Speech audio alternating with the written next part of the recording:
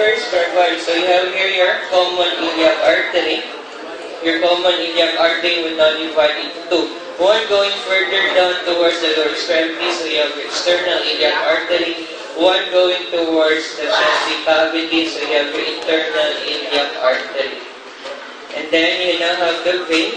Ang karuraginan is the external iliac vein and the common iliac vein. Ang internal, di naman klaro. First, common. External, sir? Common siya. External. Expected na naman internal din. External ni common. Ganit. External iliac vein. External iliac. Ganyan siya. Then internal expected rin tagrapon ikan. So kani siya common iliac vein naman siya. Okay, next. This one. So from your descending colon, this one, follow siya by S-shape. So this would now be your sigmoid colon. Okay, your sigmoid. S, no. O, pamanahuman. Okay, then this one would now be your rectum. So sigmoid colon and rectum. Nangalagi na itain. Then anal canal there further below it. So sigmoid colon, rectum, anal canal. Okay, next, this one would now be your urinary bladder. Ano siya? Urinary bladder na siya. Okay, next. Okay, so here, I forgot to mention this time.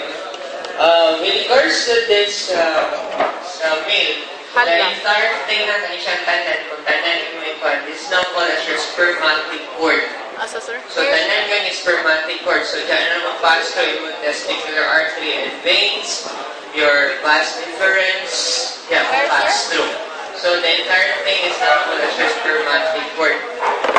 So, when we analyze this one, these two are the spermatic cord.